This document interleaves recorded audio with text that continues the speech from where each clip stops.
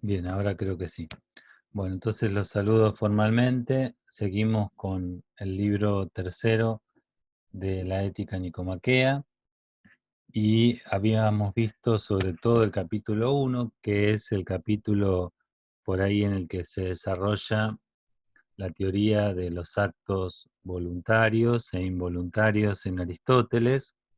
Habíamos visto también eh, una distinción que refería a un acto que era no voluntario, algo así como intermedio entre lo voluntario y lo involuntario. Y habíamos visto también que una acción voluntaria es una acción que procede de alguna manera de nosotros, de un principio de carácter intrínseco, con conocimiento del fin.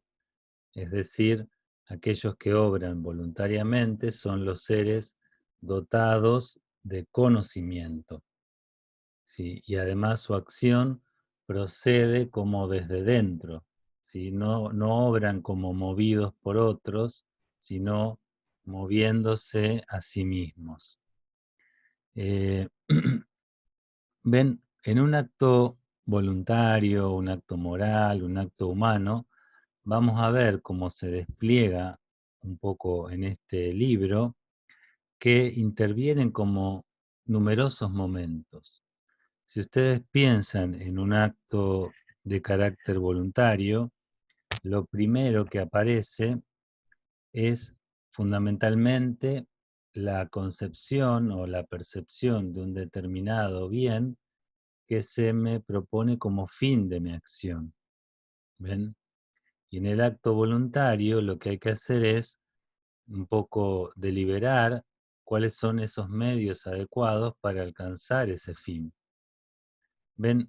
Entonces, cuando se habla de un acto voluntario, no hay que pensar que en ellos solamente interviene así como el querer o la voluntad, aunque como dijo Luis, eh, la idea de voluntad como facultad espiritual no está totalmente desarrollada todavía en Aristóteles. Pero lo importante es que ustedes perciban que cuando se habla de un acto humano, de un acto moral y un acto voluntario, no, no solamente ahí se pone en juego lo que hoy diríamos la voluntad, sino que es un acto en el que la inteligencia y la voluntad van como trabajando juntas. De hecho, de alguna manera los filósofos escolásticos, por ejemplo, llegan a hablar de que en un acto voluntario hay casi hasta 12 o 13 momentos diferentes. ¿Ven? ¿Van entendiendo lo que voy intentando proponerles? Bien. Entonces, en un Me acto... parece que vas, ay, perdón, Sí, sí, me Cristina. parece que vas incorporando el capítulo 2 de deliberación, relacionándolo con los actos, con las acciones. Claro, claro. Estoy procurando entonces hablar del acto voluntario en términos generales, haciendo una introducción, como para después ir tomando algunas cosas del texto. Es decir, lo que yo quiero que primero tengan en cuenta es que cuando se habla de un acto moral, de un acto humano y que es un acto voluntario, no es un acto solo de la voluntad, sino que nuestras dos facultades más importantes, que son el entendimiento y la voluntad, intervienen en esa realización del acto. Ese acto comienza con la concepción o la visión de un determinado bien que a mí se me propone como fin a ser alcanzado. ¿Ven? Generalmente ese bien es algo posible para mí, porque como vamos a ver, uno nunca se propone un determinado fin que ya a priori juzga que es imposible. Es decir, cuando uno va a realizar un determinado acto, los fines que se propone son fines que juzga como fines posibles, ¿sí? No deliberamos, como dice Aristóteles, sobre aquello que no está en nuestro poder. Solamente, por ejemplo, alguien necio podría deliberar sobre cómo, bueno, realizar algo que escapa totalmente a su poder. Por ejemplo, no sé, tener el color de piel negro, qué sé yo, siendo blanco, o viceversa. ¿Se entiende? Es decir, uno no se pone a deliberar sobre aquello que no es posible. Entonces, cuando uno se propone un determinado fin, lo que pasa es que a veces no es tan fácil de saber. Por ejemplo, no sé, alguno de ustedes piensa, bueno, yo quiero estudiar inglés. Entonces uno dice, bueno, pero en estas circunstancias empieza a pensar, sí, yo necesito tiempo primero. ¿Tengo tiempo realmente para dedicarle a estudiar inglés? Uno diría sí. Bueno, entonces después me pongo a pensar, pero bueno, para pagar a una profesora de inglés tengo que contar con tales o cuales recursos económicos. Entonces yo ya me doy cuenta de que no, que en realidad no tengo un mango, entonces ya ese no es un fin posible para mí, ¿ven? Yo ya dejo de pensar en eso, porque consigo un determinado bien, de algún modo lo quiero, la voluntad quiere eso, pero después yo me doy cuenta de que no es posible para mí. Entonces ahí se acaba todo. Yo me doy cuenta de que el fin que me propongo no es para mí posible, ahí acaba todo el proceso de lo que sería el acto voluntario. ¿Ven? Pero supónganse que el fin a mí me parece que es posible, que realmente yo lo puedo llevar adelante. Entonces lo que hacemos es deliberar, o sea, pensar interiormente, aconsejarnos a nosotros mismos sobre cuáles pueden ser los medios más aptos para alcanzar ese fin. ¿Ven? Entonces yo empiezo a deliberar y llego a una conclusión de que el medio A o el B o el C pueden ser aptos para alcanzar el fin que me propongo. ¿Ven? Yo me propongo estudiar inglés. Bueno, entonces un medio puede ser un curso gratuito que encuentre en internet. Otro medio es ir al instituto de mi barrio. Otro medio es ir a una profesora particular. ¿Ven? Hay diferentes medios. Yo reflexiono interiormente, me doy cuenta de que hay diferentes medios. Entonces, ¿qué tengo que hacer después? ¿Qué les parece?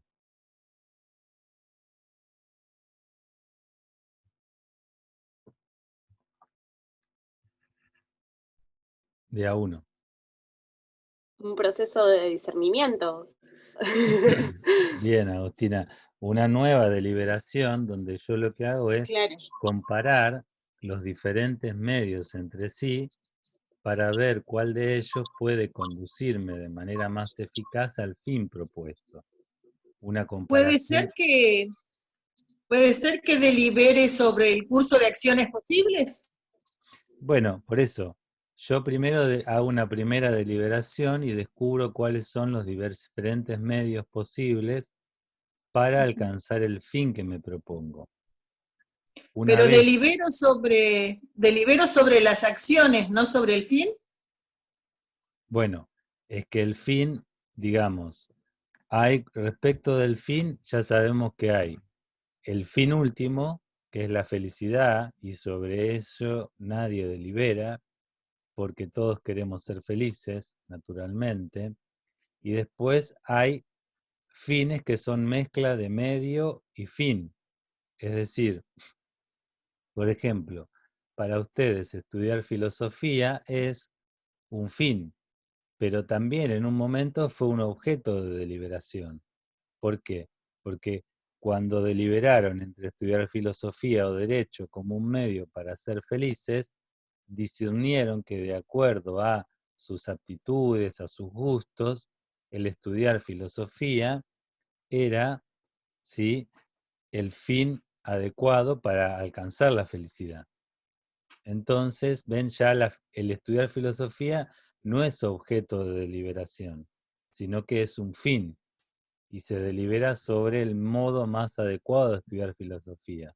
por ejemplo, en tal universidad o en cual instituto. ¿Se entiende, Cristina? Sí, sí, sí. Bien.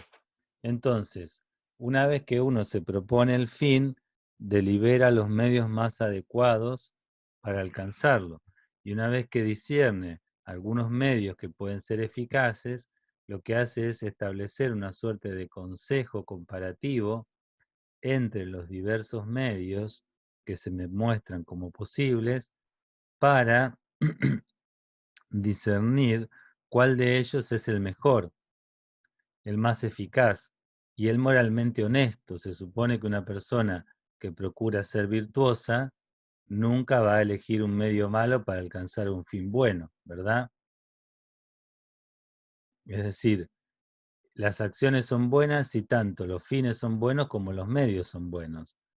Un fin bueno por un medio malo hace a la acción mala, y un fin malo por digamos, un fin malo ya es algo que torna viciosa toda la acción, ¿sí? Es decir, pero hacer algo, proponerse un fin bueno por un medio malo, por ejemplo, ayudar a alguien robando, es algo malo en sí mismo. El medio es malo, entonces torna mala toda la acción. ¿Se entiende lo que estoy diciendo? En ese caso no estaríamos desarrollando ningún tipo de virtud, porque la idea de ayudar está en relación a un fin equivocado, o un fin no virtuoso, básicamente. Claro, el ayudar es algo bueno, el fin que me propongo es ayudar, pero si yo el medio que elijo para ayudar es, por ejemplo, robarle a alguien para dárselo a otro, claro, eso ya es algo malo en sí mismo. O, por ejemplo, no sé, ayudar a alguien para que todo el mundo vea y diga qué bueno que es Maxi. ¿Se entiende? Eso ya sería un fin vicioso. Bueno, entonces, nosotros comparamos los diferentes medios entre sí, suponiendo, ¿sí?, que los medios son buenos, moralmente honestos, pero nosotros podemos hacer una deliberación para ver cuál de esos medios es el más eficaz para alcanzar el fin, dadas las circunstancias en las que yo me encuentro. Por ejemplo, si quiero recibirme de profesor de filosofía, porque eso es un medio para ser feliz, yo discierno que en las circunstancias en las que me encuentro, por ejemplo, aquí en Mar del Plata, estudiarlo en la universidad pública puede ser un medio eficaz porque, por ejemplo, me permite poder hacerlo sin necesitar muchos recursos. Ahora, si por ejemplo yo trabajara, como muchos les pasa, y hubiera una universidad privada que ofreciera la carrera de filosofía, quizá cursando de lunes a viernes, póngale de 7 a 10 de la noche, quizá por ahí a mí me convendría estudiar ahí porque podría ser una cursada mucho más ordenada y como yo trabajo lo puedo pagar. ¿Ven? Es decir, de acuerdo a cómo uno sea y las circunstancias, elige el medio más eficaz para alcanzar el fin, suponiendo que tanto el fin como los medios son honestos. ¿Ven? Entonces, una vez que yo juzgo cuál es el fin más adecuado, luego viene la elección. Es decir, la elección sí es un acto propiamente voluntario por el medio de la cual yo elijo el medio más eficaz para alcanzar un fin. La Una elección... pregunta. Sí, Cristina. La deliberación, por el tipo de ejemplos que das, parece como que siempre es un acto individual, ¿no puede ser un acto colectivo que Bueno, delibero con otro? sí, claro. Es decir, la deliberación, dice Santo Tomás, es una suerte de consejo, pero uno puede ser que no tenga experiencia en aquellas cosas sobre las que tiene que tomar una decisión. Entonces, lo más prudente en ese caso es dejarse aconsejar por otros que ya tengan experiencia en ese campo. Por ejemplo, aquel que tiene que hacer una tesis ¿sí? Como en este caso Valeria, se deja aconsejar por aquellos que ya la hicieron. ¿Por qué? Y bueno, porque se supone que tienen más experiencia en hacer lo que uno tiene que hacer. Si uno no Ajá. pidiera consejo, sería poco prudente hacerlo. Entonces, en Ujú. ese sentido, el pedir un consejo es como una suerte de deliberación compartida. No obstante, como yo ya les he dicho otras veces, la responsabilidad sobre la decisión prudente siempre recae sobre aquel que la realiza, ¿sí? Bien. Yo no puedo delegar a otro la responsabilidad moral de mi acto porque seguí su consejo, Ujú. salvo Bien. que, digamos, yo esté obligado a obedecer. Por ejemplo, cuando la relación entre un padre y un hijo, ¿sí? Un hijo, digamos, suponiendo un padre bueno, ¿no? No un padre que sea perverso, pero un padre bueno tiene el deber moral de darle mandatos a sus hijos, porque está encargado de su crianza y de su educación, y los hijos, aun cuando quizá no comprendan, tienen la obligación de hacer caso a sus padres. A lo sumo, a medida que crecen, lo que pueden hacer es preguntarles, ¿por qué papá me pedís esto? ¿Por qué mamá me pedís esto otro? Pero tienen la obligación de obedecer. Como por ejemplo también, si alguien quisiera hacer una tesis, volviendo al ejemplo, y pide un consejo y, digamos, y se deja guiar por alguien que lo acompañe en la realización de ese trabajo, tendría que tener un motivo muy grave como para no, digamos, un motivo muy importante como para no hacerle caso a alguien que ha asumido como director de tesis. ¿Se entiende lo que Ujú. digo? Sí, sí. Sí, sí. En A ese ver, caso particular, parte de la elección es también saber que uno tiene que respetar la opinión del otro y, como dice Maxi, salvo que tengas muy buenos argumentos, en general la última palabra está más que nada en el otro. claro, Pero, bien, a ver, pero bueno, aparte del proceso de decisión que involucra a esa instancia, tiene que ver con elegir a la persona indicada para que guíe el proceso de desarrollo de una tesis, en este caso. claro. La elección individual fue la previa, la de elegir al director, y en ese caso sí hubo una libertad, que después queda un poco condicionada quizás, pero bueno. Bueno, claro, se supone que uno elige a alguien que tiene experiencia en lo que uno va a hacer y que es una persona buena que busca mi bien, ¿no? Digamos, nadie elegiría a un director que sabe que le va a complicar la vida. Bien. Victoria, no entiendo tu pregunta, ¿querés formularla en voz alta? ¿Ahí se me escucha? Se te escucha. Ah, bueno. O sea, mi pregunta es en relación a esto que dijiste de que las acciones voluntarias tienen una concepción de un determinado bien que se presenta como fin. Las acciones por ira, por ejemplo, que son voluntarias y que tienen como fin algo malo, como decías vos antes.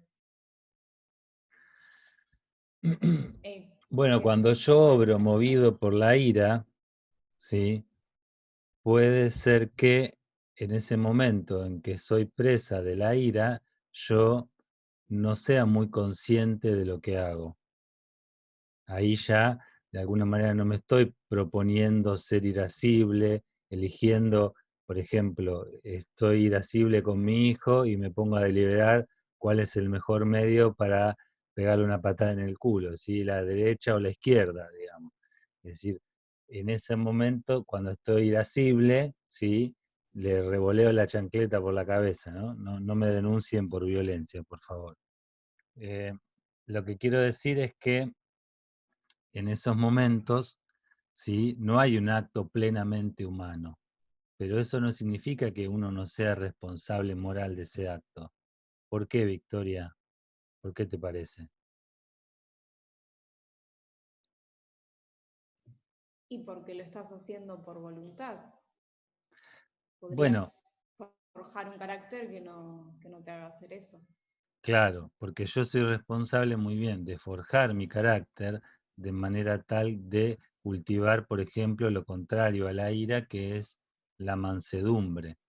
Entonces, yo soy responsable de forjar mi carácter, y si yo no forjé mi carácter con las virtudes, entonces después no puedo quejarme de que no soy responsable en relación con mis acciones inmorales, viciosas, ¿sí? Entonces, igual que el que obra por placer, si yo no me ocupé de desarrollar la templanza, claro, lo más probable es que cuando yo me vea frente a la fuente de milanesas, ¿sí?, después de que me comí 10, diga, uy, me tendría que haber comido 5. Bueno, claro, y ahí por ahí no deliberé, no dije me voy a comer 10. Fui directamente y me las comí. Entonces, pero soy responsable de educar mi temperamento para que no llegue a eso. ¿Ven? Bien, O entonces, se supone que tiene que tener control sobre sí mismo y no actuar dominado por los impulsos. exacto, bueno, eso es ser una persona o bien continente o bien virtuosa. Ujú. Y de eso nosotros somos responsables. ¿Ven? Aristóteles presenta una concepción de la gente moral, que es una gente moral decididamente responsable de sus acciones. Nosotros, en contraposición a lo que solemos por ahí pensar culturalmente en estos tiempos, nosotros solemos imaginar a una gente sobre todo condicionada, ¿no? Una gente que está sumamente condicionado por las circunstancias, que se ve más obligado por las circunstancias que una gente que sea realmente capaz de determinarse a sí mismo, una gente libre, ¿sí? La libertad es algo a conquistar, pero Aristóteles, la libertad interior, la libertad frente a las pasiones, pero Aristóteles está convencido de que la medida de lo humano es precisamente el hombre virtuoso, el hombre que es capaz de tener dominio sobre sí mismo, y que todos somos responsables de eso. ¿Ven? Los condicionamientos, lo que hoy podemos llamar los condicionamientos, ¿sí?, no es que no existen, ¿sí? Lo que pasa que, digamos, eh, la convicción también de Aristóteles es que, bueno, uno puede estar en un entorno muy malo, pero nadie está en un entorno tan malo que no tenga ejemplos buenos de los cuales asirse, como tampoco nadie está en un entorno tan bueno que no haya tenido quizá ejemplos malos que lo hayan desmotivado. ¿Ven? Entonces, todos somos responsables, como todos tenemos una cierta visión moral de los principios buenos, todos somos responsables en alguna medida de forjar nuestro carácter y de inclinarnos y de orientarnos hacia lo que es la verdadera realización humana, que es el hombre que se da en la imagen del hombre virtuoso. ¿Se entiende?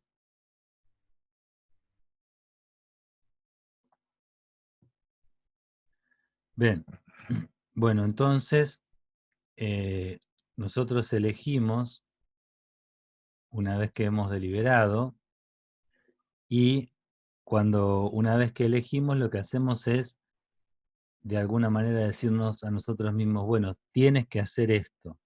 Y ahí, de alguna manera, la inteligencia dice, tienes que hacer esto. Por ejemplo, nosotros decidimos que lo más adecuado para probar ética es levantarnos, poner el despertador a las 7:30 de la mañana, desayunar y a las 8 estar con el libro de la ética de Aristóteles, de 8 a 10, de lunes a lunes, ¿sí?, leyendo la ética de Aristóteles. Entonces mañana a la mañana, cuando suena el despertador a las 7:30, ustedes ya deliberaron y eligieron, y se dicen a ustedes mismos, tienes que levantarte porque tienes que estudiar Aristóteles. ¿Ven? Entonces, ¿qué hacen? La voluntad agarra y tira las sábanas a la miércoles y se viste y se pone a desayunar y a estudiar Aristóteles. ¿Ven? Lo que hace la voluntad es poner en movimiento los demás miembros ¿sí? Para que ejecuten la acción que uno se ha propuesto. ¿Ven? Entonces, a modo de un largo preámbulo, lo que yo procuré hacer es mostrar cómo una acción que es voluntaria, que es una acción moral, que es una acción plenamente humana, ¿sí? Es una acción en la que interviene todo el hombre, la inteligencia, la voluntad, ¿sí? Hay deliberación, hay elección, hay puesta en funcionamiento de las facultades, hay una orden que yo me doy a mí mismo de decir, tienes que hacer esto. ¿Ven? Es un acto en el que se juega lo humano plenamente. Y eso es lo que Aristóteles puso las bases en este libro tercero de la Ética.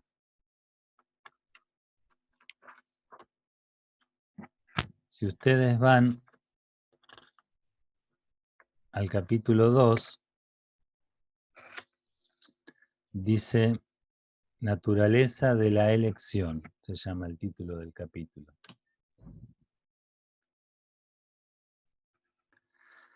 Comienza diciendo Aristóteles que la elección es algo apropiado a la virtud. ¿Ven? ¿Por qué? Y bueno, porque nosotros ya habíamos visto que las acciones virtuosas son acciones que se eligen y se eligen por ellas mismas. Después también Aristóteles dice que la elección es algo voluntario, pero no se identifica con lo voluntario. ¿Por qué? Porque de lo voluntario participan también los niños y los animales que no participan de la elección. ¿Ven? ¿Qué está queriendo decir acá Aristóteles? Bueno, los animales también, como yo les he dicho en otra oportunidad, obran como movidos desde sí mismos y conocen aquello hacia lo que se dirigen, pero no lo conocen como fin, ni tampoco disciernen cuál es el medio más apropiado para alcanzar ese fin, sino que los animales conocen un determinado fin sin saber que es un fin, sin saber que es un fin en sí mismo, y los medios para alcanzar ese fin son medios que son a los animales aportados por el instinto. Por ejemplo, una paloma puede discernir entre comillas, porque no discierne, su instinto sabe que tal paja le puede servir para la construcción de su nido, tal rama, ¿sí? Entonces, por instinto, se mueve hacia un determinado fin, que es hacer, por ejemplo, un nido, y busca tal paja, pero no sabe lo que es un medio, ni lo que es un fin, ni se dice a sí mismo, voy a utilizar esta paja para construir este nido. ¿Ven? Entonces, si bien los animales y los niños que aún no han desarrollado el conocimiento intelectual conocen el fin al que se dirigen, tienen un conocimiento imperfecto de ese fin y no eligen. ¿Se entiende lo que estoy diciendo? Bien. Después dice Aristóteles, el apetito y el impulso, o sea, el deseo más vehemente, es algo que el hombre comparte con los animales. Lo que se hace por impulso en modo alguno parece hecho por elección, pero esto no significa que no sea uno responsable de ello. ¿Ven? Por impulso, ya sea por ira o por deseo amoroso, como hablábamos recién, Victoria. Uno puede hacer cosas por ira o por deseo amoroso, ¿sí? De comida, de bebida o por apetito sexual. Uno hace determinadas cosas dejándose llevar por el impulso y ahí no hay elección, pero uno es responsable de forjar su carácter para que eso no suceda. ¿Por qué? Porque el desafío para nosotros es que cada una de nuestras acciones sea una acción plenamente humana.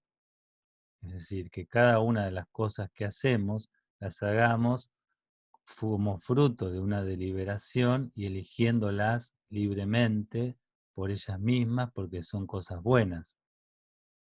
¿Ven? El hombre incontinente, dice Aristóteles, obra por apetito, pero no por elección, puesto que no se detiene a reflexionar sobre la pertinencia o no de su deseo. ¿Ven? Es decir, cuando está el incontinente frente a la fuente de milanesas, no se detiene a reflexionar cuántas tiene que comerse. Come hasta que dice no doy más. ¿Ven? Y después por ahí dice, bueno, tendría que haber comido 5 milanesas menos. Pero el hombre que es propiamente libre, delibera cuántas milanesas tiene que comerse y elige. ¿Sí?